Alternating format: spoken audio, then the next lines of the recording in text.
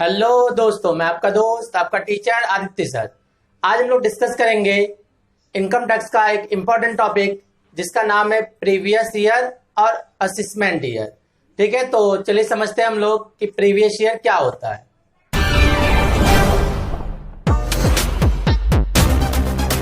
Previous year क्या होता है, चलिए हम लोग समझते हैं।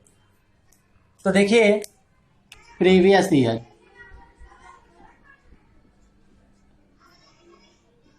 ईयर को हिंदी में हम लोग गत वर्ष बोलते हैं। प्रीवियस ईयर का जो हम लोग क्या बोलते हैं हिंदी में, गत वर्ष। इसका सेक्शन, ध्यान समझिएगा, इसका सेक्शन जो है वो 3 है। तो इसको जरूर आप एग्जाम में कोट करिएगा, क्योंकि अगर एग्जाम में 4 नंबर क्वेश्चन आते हैं तो केवल सेक्शन लिख देंगे तो आपका 1 नंबर तो वहीं पे आपका मिल जाएगा। तो प्रीवियस ईयर का जो सेक्शन होता है वो क्या होता है, हमारा सेक्शन 3। ठीक है, प्रीवियस ईयर कहते हैं किसको है वो समझिएगा। कोई भी ईयर जिसमें हम लोग क्या करते हैं, इनकम अर्न करते हैं, अर्थात जिस साल हम कुछ कमाते हैं उस साल को हम लोग प्रीवियस ईयर कहते हैं, जो नॉर्मली 1 अप्रैल से स्टार्ट होता है और 31 मार्च तक होता है। प्रीवियस ईयर सामान्यतः 12 महीने का होता है। तो ये ध्यान रखिएगा, हम क्या बोल रहे हैं, सामान्यतः, अर्थात हमेशा 12 महीने का ही नहीं होगा, लेकिन ज्यादातर क्या होता है तो वो 12 महीने का ही होता है। वो कब से होगा, 1 अप्रैल से स्टार्ट होगा और 31 मार्च तक चलेगा। कंडीशन में क्या होता है, हमारा प्रीवियस ईयर 1 अप्रैल से स्टार्ट नहीं होता है, बल्कि कोई और डेट से स्टार्ट होता है। जैसे मान लीजिए, अगर हम अपना बिजनेस 1 दिसंबर से स्टार्ट करें, अगर हम अपना फर्स्ट टाइम जो बिजनेस स्टार्ट किए वो 1 दिसंबर से स्टार्ट किए हैं, तो 1 दिसंबर से 31 मार्च कितने महीने हो गए, दिसंबर, जनवरी, फरवरी, मार्च, 4 महीने हो गए। तो 4 महीना हमारा क्या हो जाएगा, प्रीवियस ईयर। ठीक है, इसी तरीके से मान लीजिए कि अगर हमारी जो नौकरी लगी है वो 1 जनवरी को लगा है, ठीक है ना, मतलब ये ज्वाइनिंग जो है हमारी वो जनवरी में हुई है, तो उस समय हमारा प्रीवियस ईयर केवल और केवल कितने महीने का होगा, जनवरी, फरवरी, मार्च, 3 महीने का होगा। तो ये जरूरी नहीं है कि प्रीवियस ईयर हमारा 12 महीने का ही हो। ठीक है, लेकिन ये ध्यान रखिएगा कि प्रीवियस ईयर का जो क्लोजिंग आएगा वो हमेशा और हमेशा 31 मार्च ही रहेगा, और उसके बाद जब भी वो कंटिन्यू चलता रहता है, तो उसके बाद हमारा प्रीवियस ईयर फिर से क्या हो जाता है, 1 अप्रैल से लेके 31 मार्च तक। इतनी बातें आपको समझ में आ गया। उसके बाद अब समझिएगा कि जो इस बार का प्रीवियस ईयर है वो 2019-2020 है। क्या है, देखिए, प्रीवियस ईयर हम लोग का 2019-2020, अर्थात जो हम 1 अप्रैल 2019 से लेकर 31 मार्च 2020 तक जो भी इनकम हम अर्न किए होंगे वो हमारा किस में आ जाएगा, प्रीवियस ईयर में आ जाएगा। इतना आपको क्लियर हो गया। अब चलिए समझिए असेसमेंट ईयर। अगला टॉपिक हम लोग समझेंगे असेसमेंट ईयर।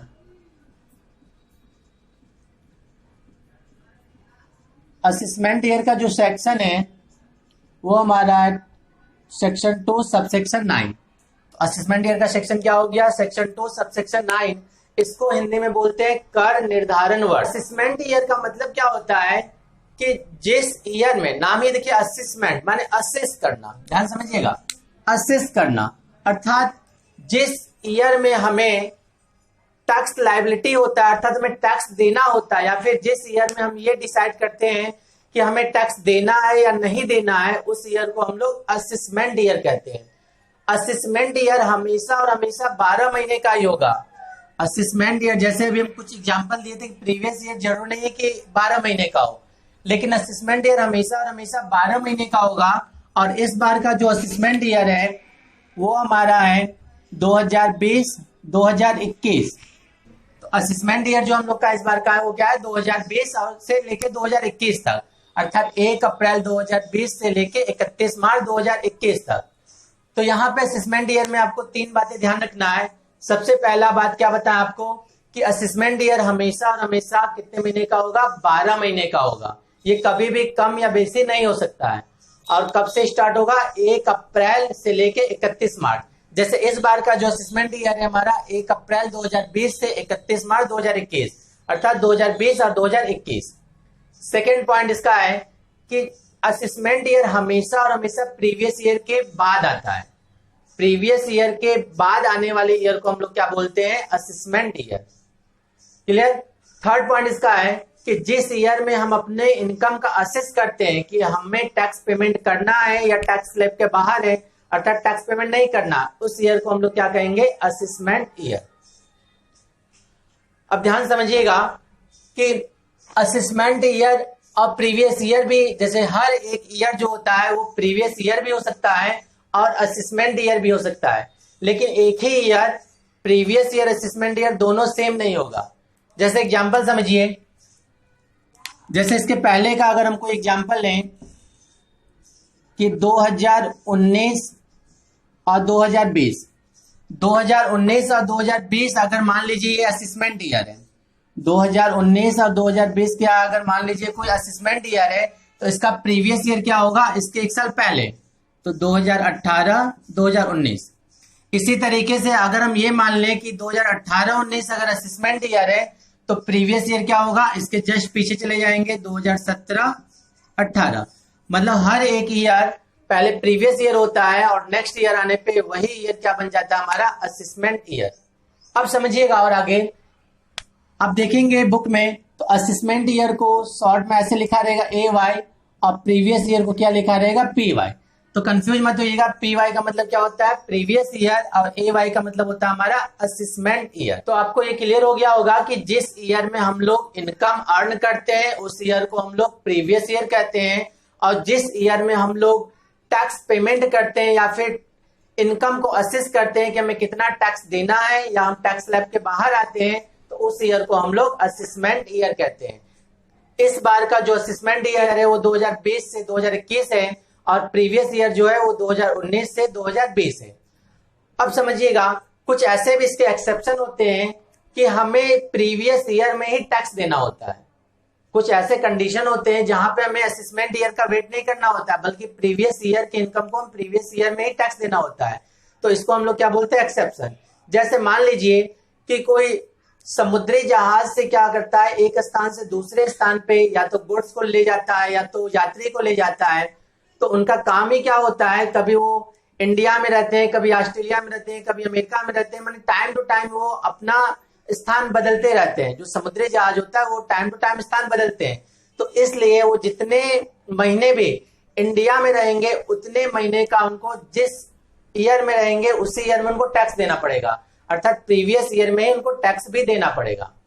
सेकेंड पॉइंट है, यदि हम हमेशा और हमेशा के लिए इंडिया को छोड़ के बाहर शिफ्ट हो रहे हैं और हमें इंडिया में आने की कोई आशा नहीं, अर्थात हम इंडिया में हम नहीं आएंगे, इंडिया को छोड़ के बाहर जा रहे हैं, तो जिस दिन भी हम इंडिया को छोड़ के बाहर जाते हैं उस दिन तक हम जितना भी इनकम अर्न किए रहेंगे उस ईयर का 1 अप्रैल से लेके जितना भी इनकम हम अर्न किए रहेंगे वो पूरे का पूरा हमें टैक्स उसी ईयर में देना होगा, अर्थात प्रीवियस ईयर में।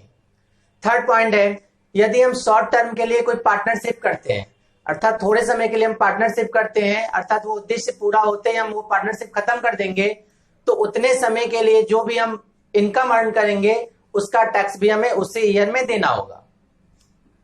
फोर्थ पॉइंट समझिएगा, यदि कोई बिजनेस जो है वो यदि हम बंद कर रहे हैं, अगर हम कोई बिजनेस मान लीजिए कि 30 सितंबर 2019 को ही अगर हम बंद कर दे रहे हैं और कभी वो बिजनेस स्टार्ट नहीं करेंगे, तो हमारी जो इनकम होगी वो 1 अप्रैल 2019 से लेके 30 सितंबर 2019, तो उसका टैक्स हम लोग नेक्स्ट ईयर में नहीं देंगे, बल्कि उसी ईयर में हमें प्रीवियस ईयर में ही टैक्स देना होगा।